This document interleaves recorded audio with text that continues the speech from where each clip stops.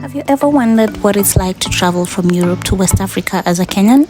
Today I'm taking you with me from Larnaca, Cyprus, all the way to Abidjan in Côte d'Ivoire, also known as Ivory Coast, where I'll be exploring flights, the airports, visa requirements, travel tips, and my first impression of West Africa.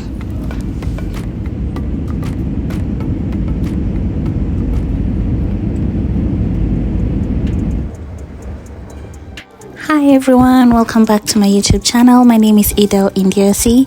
I am currently in Cyprus and today we're leaving from Larnaca International Airport on the first leg of my West African adventure. I'm headed to Abidjan, one of the biggest cities in Côte d'Ivoire and a cultural hub in West Africa. For the Airbnb, I used the actual Airbnb app for the booking. It was about 250 euros for 3 nights and took about 10 minutes from the airport, so it was really convenient because my trip had been very long and I needed that rest. And it's also the booking I used for my visa application, because for the visa requirements they just need your hotel booking confirmation as well as your return ticket confirmation, and that was it.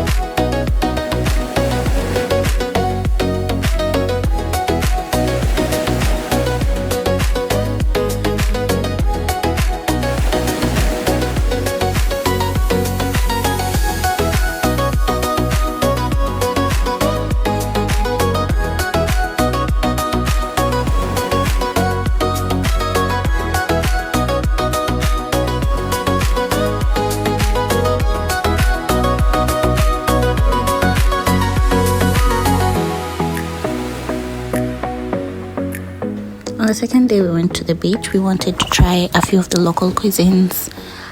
So we did, for me, I did aloko. Aloko is basically plantain, but I guess every country has their own way of calling it, I guess. They also have a local dish called acheke that is eaten with stew. So we had aloko, acheke, chicken stew. We also had some fish. I don't remember what it was called because it wasn't the normal tilapia that I was used to. It was a bit big, like we were 4 people and it was still too big for us to finish. We just chilled on the beach the whole day. Then after that we went to the swimming pool for a weekday, I think, which is why the place wasn't so packed. I found it to be pretty chill and the service was a bit slow. I know I have said that I was a bit too tired, but we still needed to go out because I only had 3 days per country, so I needed some time to enjoy the nightlife. Yeah, I'm tired of shit and the coffee ain't hit yet. Damn, ain't that great. I don't wanna go to work cause my boss is a jerk and I'm not even that paid. I need a change in my life. So I got dressed and met our friends to take us around to the local clubs, which we still found to be a bit chilled, like too chilled, which they attributed to it being a weekday, but I still don't As a Kenyan, I still don't think that's an excuse to have empty clubs at any time of the week. Like, it should just be busy 24/7. How you gonna move for what you gonna be? And do you believe you can do anything? But what you gonna do for it? How you gonna move for it? What you gonna be?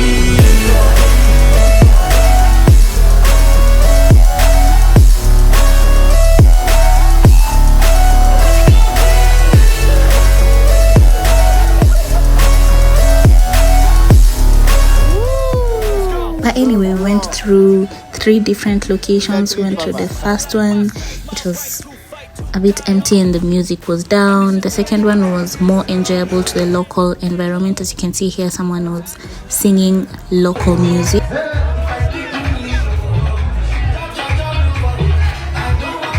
Then our last destination was a club. Sorry, I can't remember the name, but I just remember there being an entrance fee. I think that was one of the culture shocks I had in West Africa. Most of the clubs have an entrance fee that is not redeemable.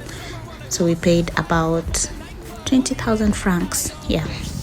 We had fun at the last location and we were going home at about 3 a.m. in the morning. Typical Kenyan. It's me, hello, it's me, I'm that bitch, yeah, yeah. Hello, it's me, hello, it's me, hello, it's me, it's that bitch, yeah, yeah. Another tip that you should have if you're going to visit West Africa is to learn some basic French, and if you can't at least have the downloaded version of Google Translate on your phone, it's really gonna help. And on the last day of our trip, we decided to do something touristy, so we went to the museum where they have their local artifacts, historical things. Again, the tour guide is gonna be speaking in French, so unless you're gonna have your Google Translate on 24/7 and have some cash. Abidjan is a very cash intensive city. I needed to visit the ATM quite a number of times and it was very expensive. I remember being charged 3,000 francs, which is about 600 Kenya shillings, for every withdrawal, which was very expensive.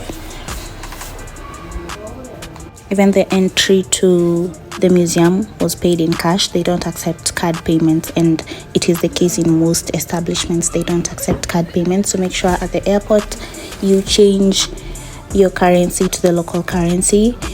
For this West African trip, I was gonna do multiple French-speaking countries, so I didn't mind changing a significant sum to francs. So I changed euros to francs at the airport.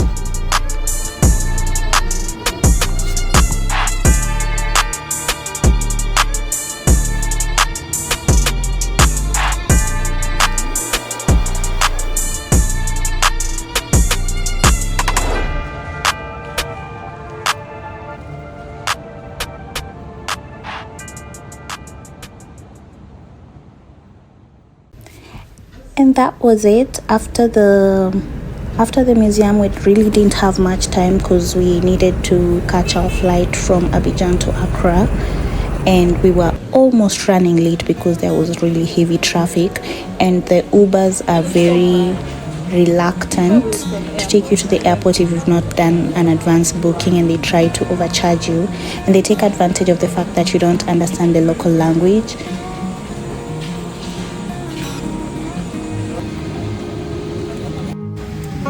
I didn't get to explore it as much as I would have wanted to, so I would definitely go back to Abidjan. In as much as it's expensive, it's a really beautiful city. There are other cities that need to be explored in Côte d'Ivoire that I would really like to visit. But my first impressions of Abidjan so far, it's warm. This is just the beginning of my West African journey. My next stop is gonna be Accra in Ghana. If you enjoyed this, like, subscribe, and join me on the next leg.